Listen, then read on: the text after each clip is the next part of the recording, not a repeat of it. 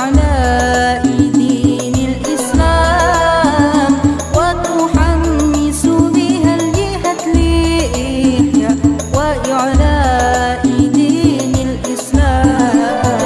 اللهم صل على سيدنا محمد صلاة ترغب وتنسق وتحمس بها جهة لإحياء وإعلاء دين الإسلام وتحمس بها جهة لإحياء وإعلاء دين الإسلام. اللهم صل على سيدنا محمد صلاة ترغب وتنشط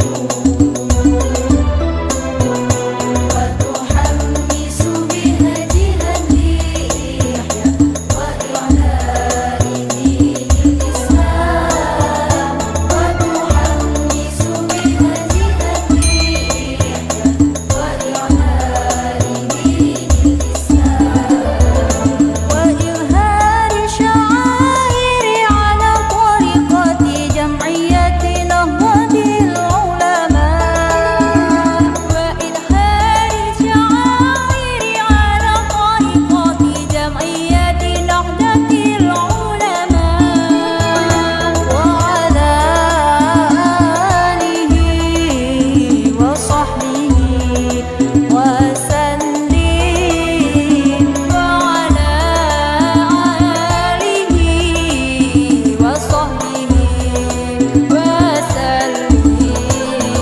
اللهم صل على سيدنا محمد